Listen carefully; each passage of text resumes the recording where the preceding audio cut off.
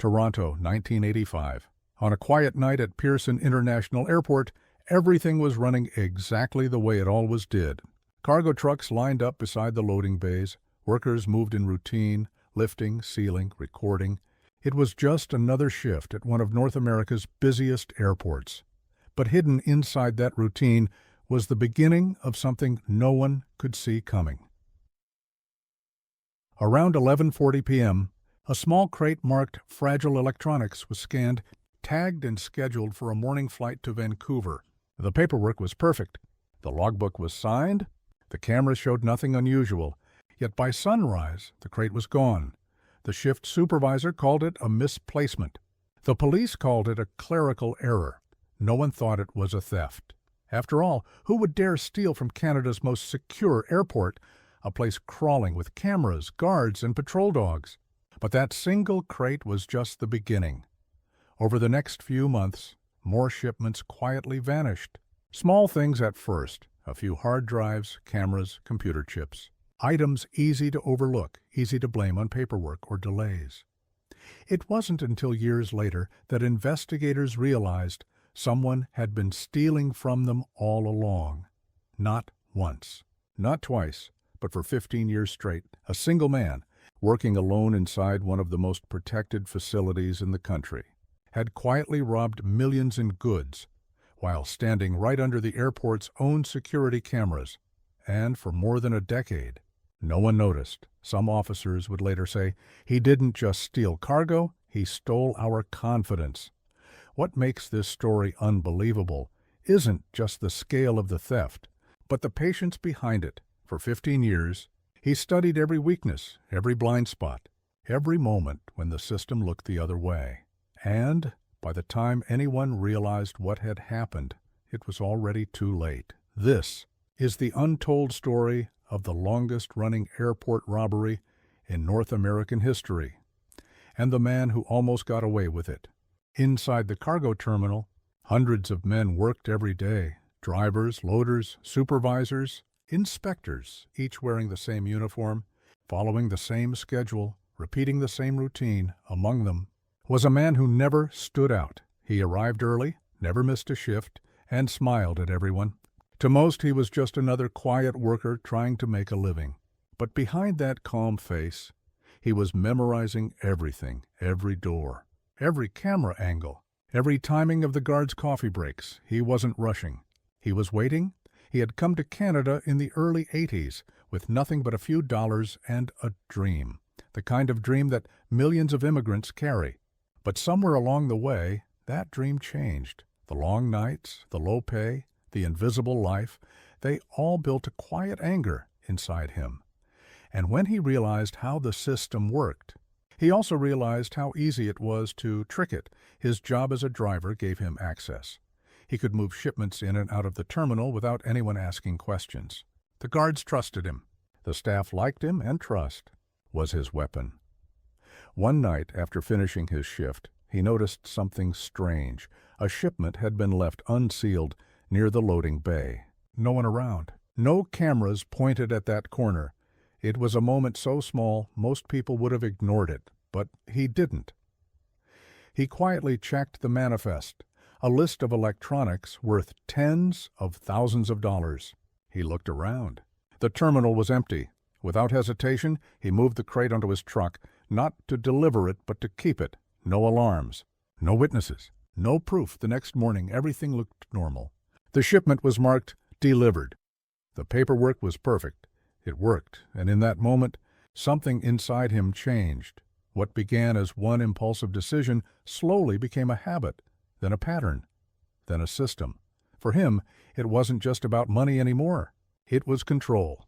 The power to outsmart everyone, the police, the airport, the entire system. And as his confidence grew, so did his ambition. Soon he wasn't just stealing crates. He was choosing which ones to steal.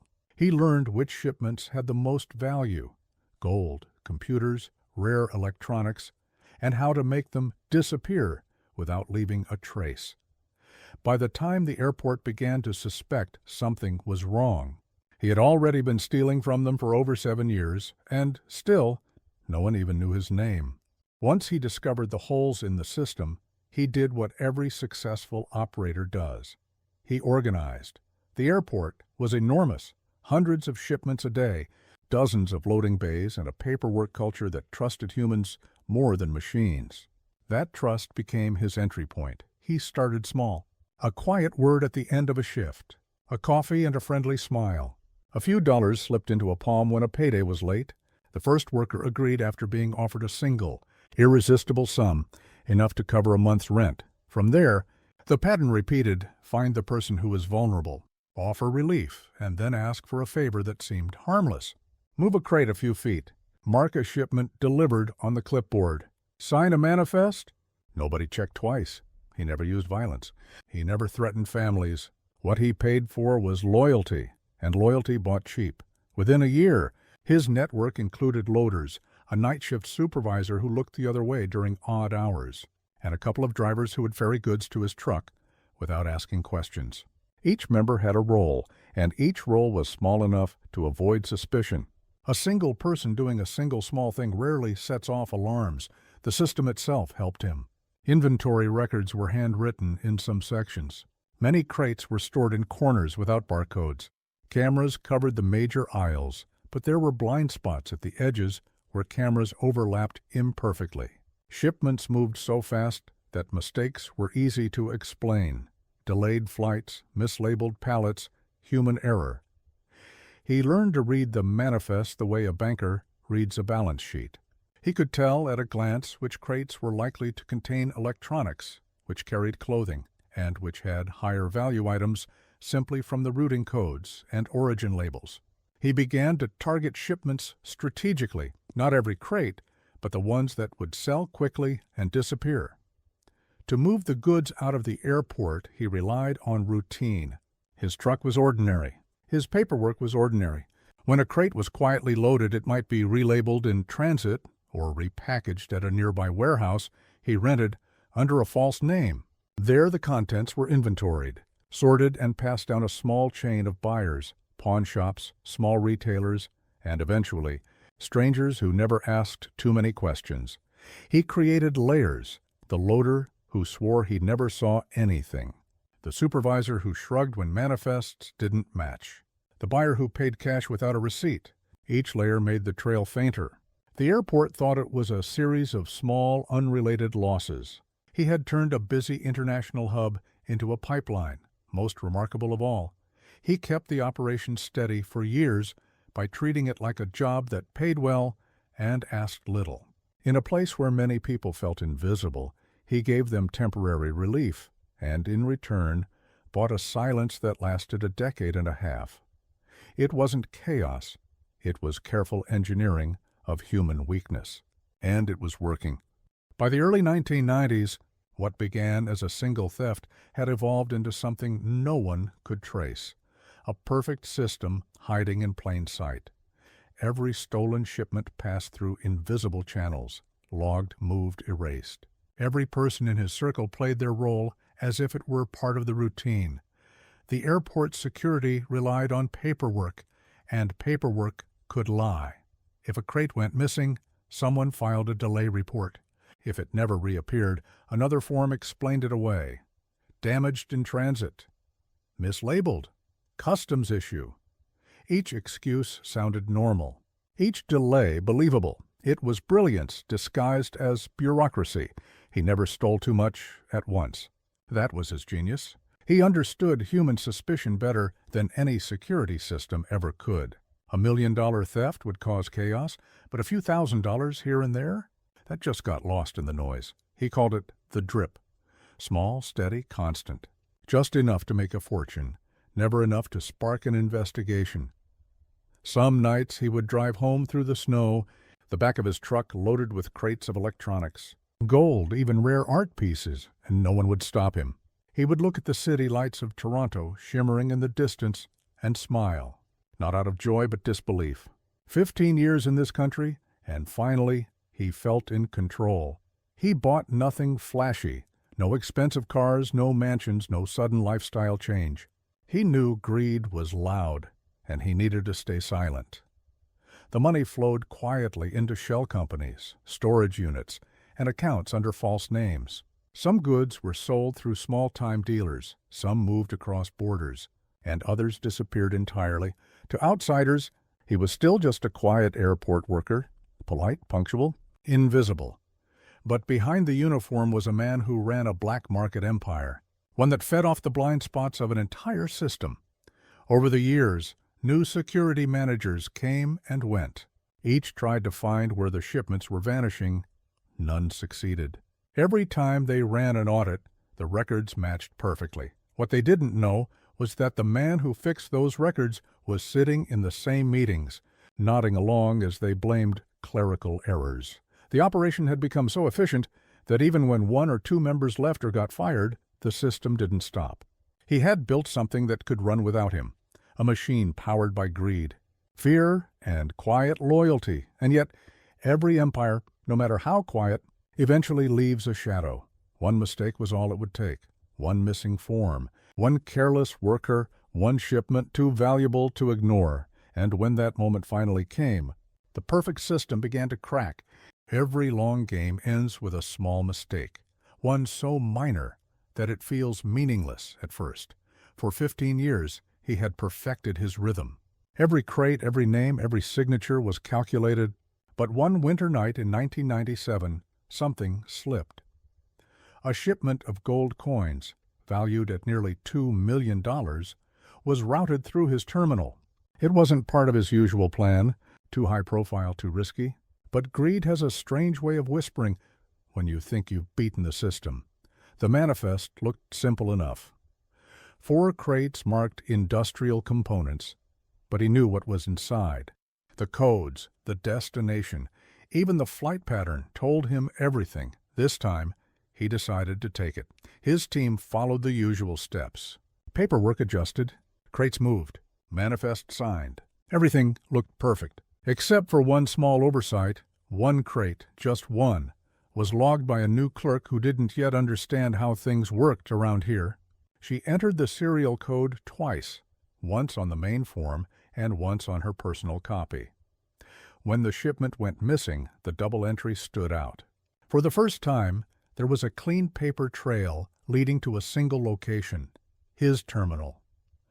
The next morning, the entire department was swarming with supervisors. Security was called in. Customs officers checked every truck that left the premises. The air felt different, tighter. He stayed calm. Calm was his armor. He even helped the investigators search, guiding them through areas he knew were safe. Probably a mislabel, he said with a smile.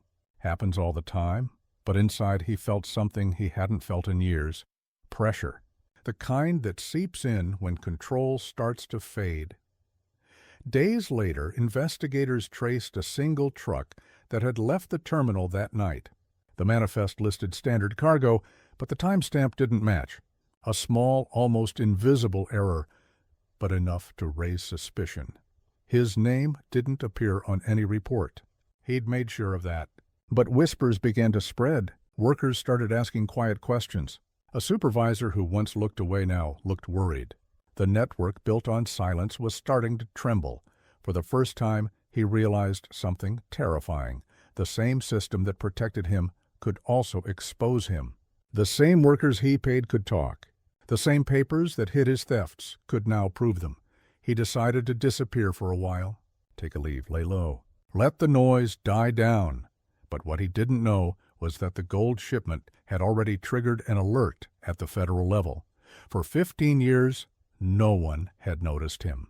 Now, for the first time, the police were watching. The report landed on the desk of Detective Mark Reynolds, a veteran investigator with the Royal Canadian Mounted Police. He had seen drug rings, smuggling operations, even inside jobs before. But 15 years of silent theft? That was new. The airport's files told a strange story. Thousands of shipments over the years, small discrepancies, lost crates that never triggered alarms. Nothing obvious, but together they painted a pattern.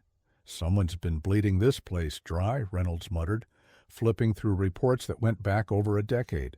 And no one noticed. He started with the gold shipment. The missing crate was easy to explain on paper, a mislabeled box, perhaps misplaced at customs. But when he checked older records, he saw a rhythm. Every few weeks, certain shipments from high-value zones vanished quietly. Same terminal, same time of night, same group of workers. This isn't random, he said. It's routine. Investigators began pulling security tapes, but most of them were useless. Old footage had been overwritten, replaced, or stored on outdated reels. Only fragments remained. Brief shots of trucks entering and leaving, some faces blurred, others too distant to recognize. Reynolds visited the terminal himself. The place looked ordinary. Fluorescent lights, the smell of diesel and cardboard, men in uniforms loading crates. But something about the silence felt off. Everyone was polite. Too polite. He spoke with supervisors, loaders, and drivers. Most gave the same answers. I've been here for years. Never seen anything strange. We just do our jobs. Then, late one night, while reviewing the paperwork again, Reynolds noticed something odd, a signature that appeared on dozens of manifests over the years. The same handwriting, the same initial. It wasn't the name of a manager or a known contractor, just a quiet employee, someone who'd been there longer than most. The detective didn't confront him right away. Instead, he pulled his records, background checks, employment history, even his immigration file. Everything looked clean. Too clean. He's a ghost, Reynolds said. No debt, no record, no questions. The team decided to watch him. Hidden cameras were installed at key points. Trucks were quietly tracked with GPS. The goal wasn't to catch him in one act, but to watch his pattern unfold. Weeks passed. Nothing unusual. Then, one night, a security officer radioed in. A truck had just left the loading bay without a clearance code.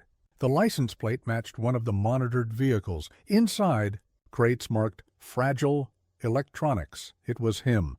The chase that followed would expose 15 years of secrets and one of the most sophisticated theft operations in North America.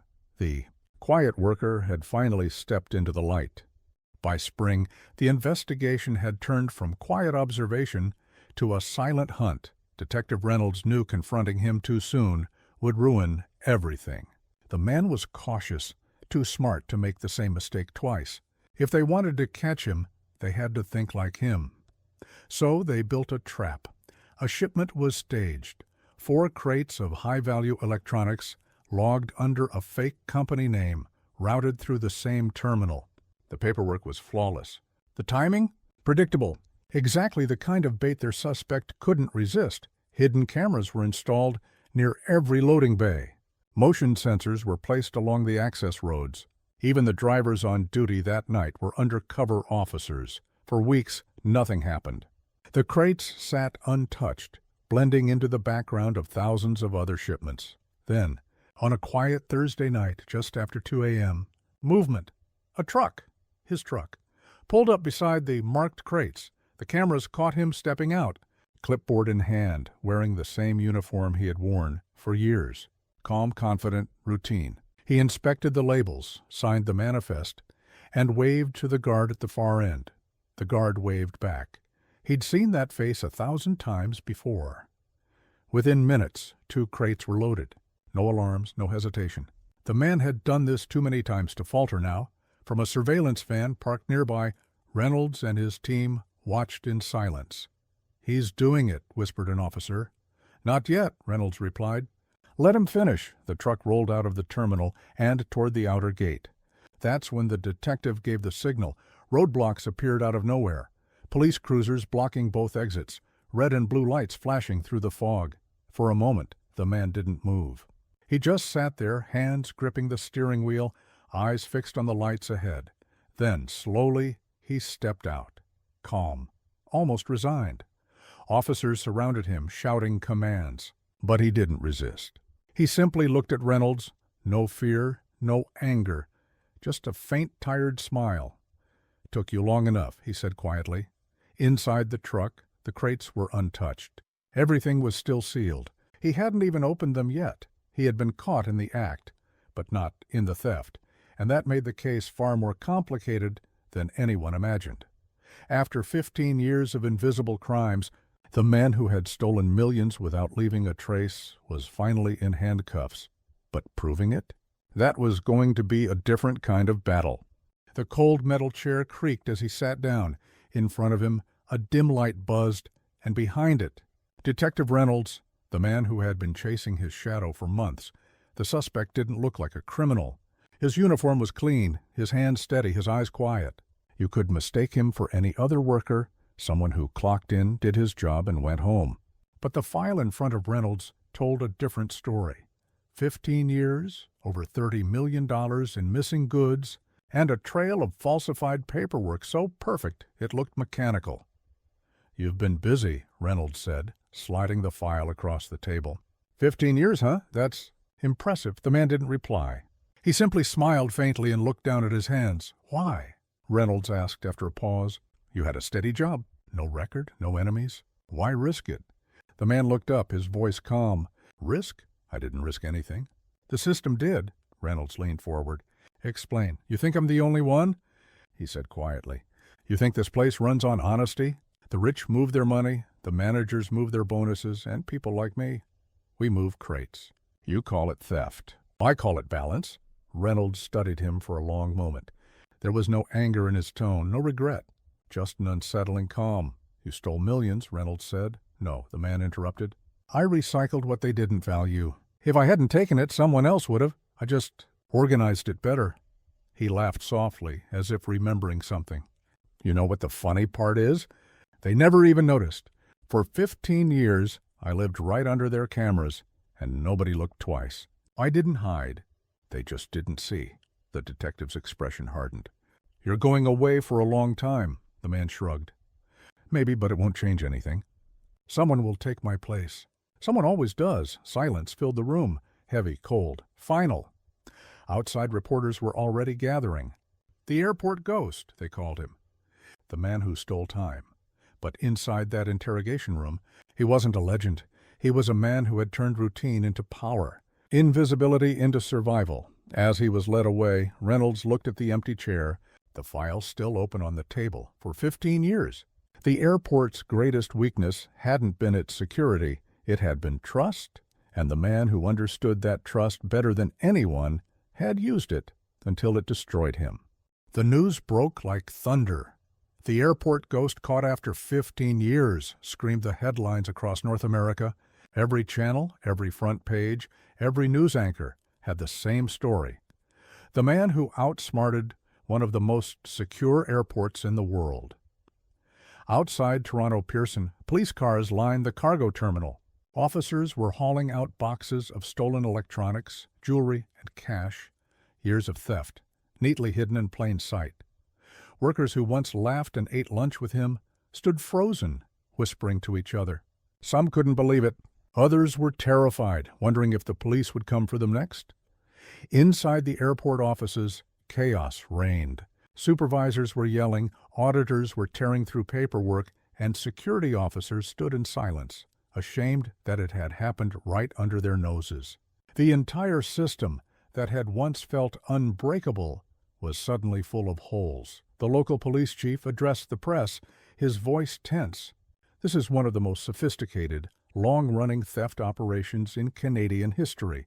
What makes it shocking isn't the crime itself. It's how long it went unnoticed." Meanwhile, in his neighborhood, people gathered outside his home. The quiet truck driver, who always smiled, helped with groceries, waved at kids. No one had ever suspected him. Reporters interviewed his neighbors. One woman said he was so polite. "I saw him carrying boxes all the time, but I thought he worked in logistics." Another added, "He gave gifts at Christmas. Expensive ones. I just thought." He was generous. But generosity had a price. Inside his house, police discovered walls lined with shelves of unopened goods. Cameras, laptops, phones, all tagged with flight numbers and shipment codes. It wasn't chaos. It was a museum of stolen time. As investigators dug deeper, they realized just how organized it was. Spreadsheets, forged delivery forms, fake ID tags, everything meticulously recorded. "He wasn't just stealing," said one officer. "He was running a business." The media frenzy reached the United States. Late-night hosts joked about Canada's Robin Hood, while others called him a ghost in plain sight. But for the airport, it wasn't a joke. It was humiliation. The fallout was massive. The airport fired dozens of workers. Managers were replaced. New systems were installed. Background checks became stricter, and yet, amidst all this chaos, there was something chilling, a silent respect. Even the police who arrested him admitted privately that the man had played the system like a grandmaster. In the end, he didn't just steal cargo, he stole trust, and once trust is gone, no security camera in the world can bring it back. In the courtroom, he sat silently. No emotion, no regret, just calm acceptance. The man who had robbed the same airport for 15 years wasn't angry. He wasn't even nervous. He simply watched as the world finally caught up to him. Cameras flashed. The prosecutor called him a genius gone wrong. His defense attorney argued that he was a product of a broken system. And underpaid workers surrounded by millions in goods he was told to move but could never afford. When the judge asked him why he did it, he finally spoke. His voice was quiet, but every word carried weight. Because no one noticed, he said. I wasn't invisible. Why, they just never looked. The courtroom went silent. He was sentenced to 8 years in prison. But for many, the real punishment was something deeper. The realization that the system built on oversight and security had failed because of its own arrogance. In prison, he became something of a legend. Guards nicknamed him the Ghost. Fellow inmates respected him, not for violence, but for intellect. He helped others read, file appeals, and even ran a small book club. Meanwhile, documentaries, podcasts, and YouTube channels exploded with his story. How did he do it? How was he never caught? Could it happen again? For the world, he was a symbol of rebellion against blind authority.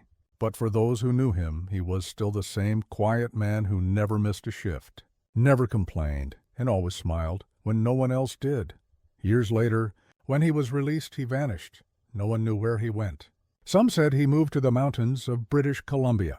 Others claimed he changed his name and started a small repair shop somewhere up north.